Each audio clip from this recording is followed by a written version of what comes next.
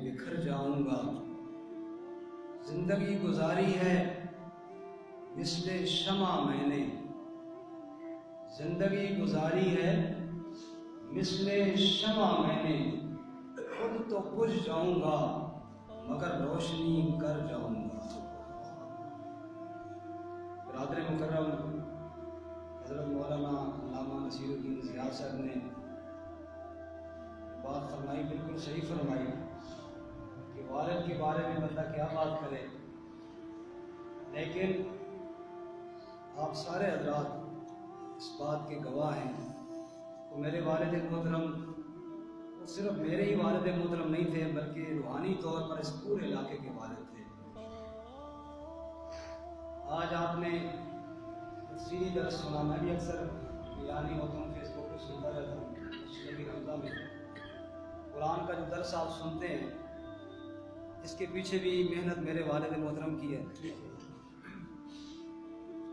कुरान पाक में अल्लाह फरमाते हैं नक्तुबु मा क़द्दमू व आसारहुम, हम लोगों के आसार भी लिखते हैं, जो आगे भेजे हम वो भी लिखते हैं। तो हम कुरान और सुन्नत पे जब निगाह दौड़ाते हैं, अल्लाह ताला अपने बंदों की जो सिफ़ात बयान करते हैं, उनमें से काफ़ी सारी सिफ़ात मेरे वालिद मोहतरम क़ारी मोहम्मद अशरफ तौहीदी रहमतुल्लाह अलैह के अंदर हमें नज़र आती हैं। अल्लाह की तौहीद तो उनका ओढ़ना बिछोना था, बल्कि उनका दिल धड़कता ही अल्लाह की तौहीद के साथ था। और ये बात, इस पर मुझे कम अज़ कम आप हज़रात के सामने कोई दलील देने की ज़रूरत नहीं है। हर बंदा जानता है, हर बच्चा जानता है। हमारे जहन के अंदर जब वाले साहब पढ़ाते थे, एक आदमी बेटा लेकर आया, यार कारी साहब आप पढ़ाते बहुत अच्छा हैं, इसलिए आपके पास लेकर आया हूँ, लेकिन अल्लाह का नाम ही इसा भाभी ना बढ़ाए। वाले साहब ने उसको जवाब दिया, कहने लगे मेरे भाई अकीदा तौहीद सबसे पहले, किस्मत में हुई तो हिफज कर जाएगा, रह गया तो रह गया। यानी इस पर कोई कंप्रोमाइज नहीं, सीधी सीधी बात है। उनसे जिस बच्चे ने नूरानी कायदा भी पढ़ा, तो कायदा उसको याद बाद में होता था, अकीदा तौहीद उससे पहले याद करवाया करते थे। मुझे अक्सर हमारे बुजुर्ग, हमारे भाई मुझे भी तौहीदी कहते हैं।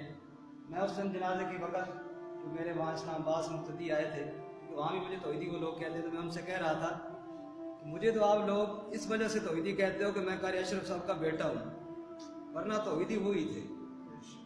ये लक़ब जो सजता था उन्हीं के साथ सजता था, कोई महफिल ऐसी नहीं, कोई बात ऐसी नहीं, कोई मौका ऐसा नहीं।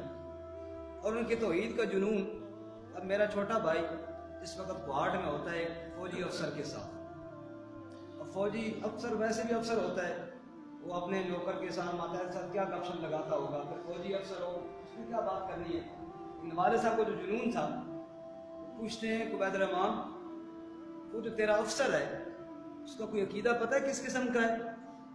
तो वो कहता जी बस वो अपनी जान छुड़ाने के लिए। उसने कहाँ पूछा होगा? कहते जी बस उस तरह कोई पीर परास्ता ही लगता है।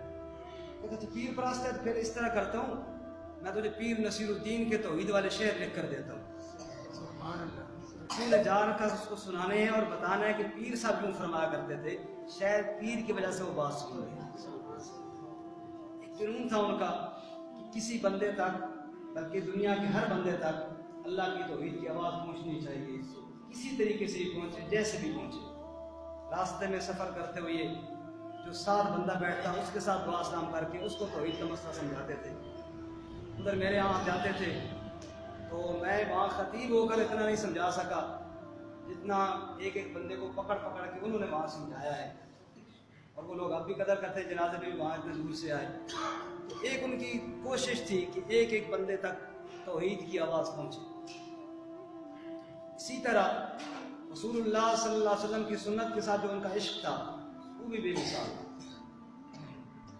उस दिन मैं मौलाना अतीक साहब क्या बयान करने के लिए गया, तो वहाँ एक आदमी मुझे मिला, मुझे कहने लगा ए दाढ़ी देखने पे हो ना, ये थोड़े बुजुर्ग की मेहनत का नतीजा है। हमारे गांव में अंदर ऐसे बेशुमार लोग हैं, एक एक बंदे की मेहनत कर कर यार दाढ़ी रख ले, दाढ़ी छोड़ दे। और खुशी ब्याह के मौक़ों पे, गमी के मौक़ों पे सुन्नत तरीक़ों के रवाज के लिए पूरी वो कोशिश किया करते थे। हमारी बिरादरी के सारे बुजुर्ग, मेरे चाचा हज़रात बैठे हैं, सब जानते हैं। तो सुन्नत के साथ उनका इतना लगाव और इतना प्यार था। इसी तरह जब बात अज़मत सहाबा की आई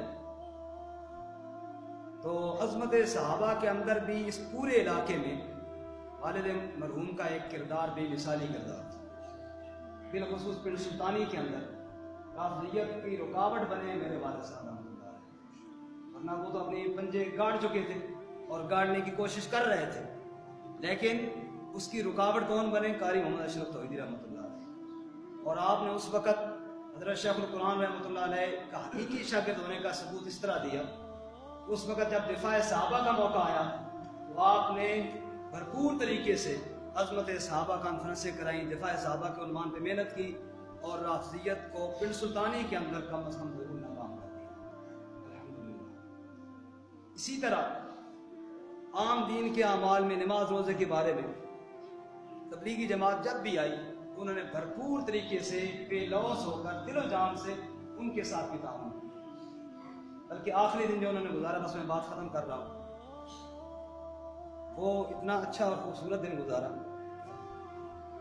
ये ज़िंदगी सारी उनकी ऐसी थी ना, तौहीद के लिए, रिसालत के लिए, अज़मत सहाबा के लिए और नेक आमाल की मेहनत के लिए। ये उस एक इज्तिमाई तौर पर यानी हर शोबे के अंदर उन्होंने काम किया। दर्स तदरीस तो था ही उनका शोबा। कुरान तो उन्होंने, मैंने कल उधर कहा कि सैकड़ों लोगों को पढ़ाया, तो मौलाना अतीक सर मुझे कहा भाई सैकड़ों नहीं हज़ारों लोगों को पढ़ाया। तो वो तो एक अपनी जगह पर उनकी मेहनत है जो हर बंदा जानता है, लेकिन ये जो सारा कुछ ज़िंदगी में उन्होंने मेहनत की, जो उनकी ज़िंदगी का आखिरी दिन था, वो आखिरी दिन सारी मेहनतों के खुलासे के तौर पर उन्होंने गुजारा। जैसे हमारे काबिरीन का एक सूरत पे ये मजमून है, खुलासा ये है, वो हफ्ते वाला दिन उन्होंने गुजारा मलक वाली मस्जिद में तबलीगी जमात वालों के साथ। आप जानते हैं वहाँ पे क्या होता है, नेक अमाल की बात होती है, ये चीज़ें भी होती हैं, सारा दिन इसमें गुजारा उन्होंने। और असर के वक़्त जो आदाब कश्फ बयान करते हैं वो वालिद साहब ने बयान किए। और रात को ही हमारे दोस्त वहाँ से आए, वो मुझे बता रहे थे कि मैंने वो सुने थे और सारी उसमें तौहीद थी और तौहीद के अशार थे और सारा यही बयान किया था कश्फ। वो बयान करने के बाद फिर कश्फ पे वहाँ गए, घरों में फिरे, लोगों को मस्जिद की तरफ बुलाया। मगरिब के टाइम जमात वालों से कहा कि मैंने अब बयान नहीं सुनना, क्योंकि हमारी मस्जिद सिद्दीक़ अकबर में दर्स कुरान होता है, मौलाना हसन साहब दर्स देते हैं, तो दर्स कुरान इस बयान से ज़्यादा ज़रूरी है, लिहाजा मुझे इजाज़त और मैं वहाँ जा रहा। मगरिब की नमाज अपनी मस्जिद में पढ़ी, नमाज के बाद दर्स कुरान सुना और हमारे मोहल्ले के सारे बुजुर्ग बता रहे हैं, मुझे वालिद साहब ने उस दिन रात को फ़ोन भी बताया था। दर्स के बाद जब लोग उठे तो कहा भाई 2 मिनट बैठ जाओ, मेरी ज़रूरी बात सुन कर जाओ। ज़रूरी बात यह है कि हमारे मौलवी साहब दर्स कुरान देते हैं, बड़ी मेहनत करते हैं और कुरान जो है अल्लाह का हिदायत वाला नूर है, तो ये चंद लोग बैठ के सुनते हैं, ये तो अच्छी बात नहीं है। लिहाजा एक तो हर बंदा ये नियत करे कि कल से 2-2 बंदे साथ और लाएगा, और मोहल्ले के जो बंदे नहीं आते मैं तैयार हूँ, कल मैं आपके साथ जाऊँगा, हर बंदे से मिलेंगे और उनको दर्स कुरान की दावत देंगे, जैसे गश्त करते हैं जमात वाले, आप दर्स की गश्त करेंगे इंशाअल्लाह। और फिर इशा की नमाज की इकामत खुद पढ़ी, मौलाना हसन साहब बताते हैं आधी पढ़कर तबीयत ख़राब हुई तो मैंने कुर्सी दे दी, बैठ कर पूरी की। और फिर उसके बाद मुझे फ़ोन पर ये सारी कारगुजारी सुनाई कि मैंने आज इस तरह गश्त भी कराई और इस तरह मैंने दर्स की दावत की थी। फजर की नमाज घर में ही पढ़ी बीमारी की वजह से, और नमाज के फ़ौरन बाद कहने लगे कि जल्दी बस मैंने नहा के कपड़े बदलने हैं, क्योंकि मैंने दर्स की गश्त का भी कहा हुआ है और जमात वालों से मिलना है, तो बस मैं जल्दी में हूँ।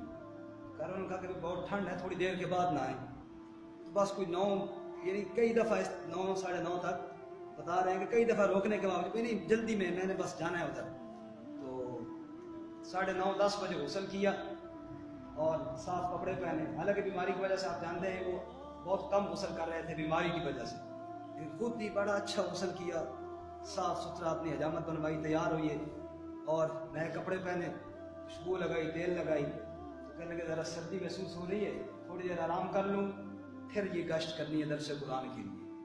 और फिर सोए और फिर सो ही गए। तो ये सारी ज़िंदगी की मेहनत का उन्होंने गोया कि खुलासा आखिरी दिन में बयान किया। हम तो इंतहाई नालायक हैं, बस सिर्फ ये है कि उनकी औलाद है। आप तमाम औलाद मेरे लिए भी दुआ करें, अल्लाह उनकी मिशन को आगे जारी रखने की तौफीक अता फरमाए और अल्लाह ताला हम सब को उसी तरह इखलास के साथ दीन हक़ की मेहनत करने की तौफीक अता फरमाए। अल्लाह उनको करवट करवट जन्नत नसीब फरमाए। पिछड़ा कुछ इस अदा से कि रुत ही बदल गई, एक शख्स सारे शहर को वीरान हो गया।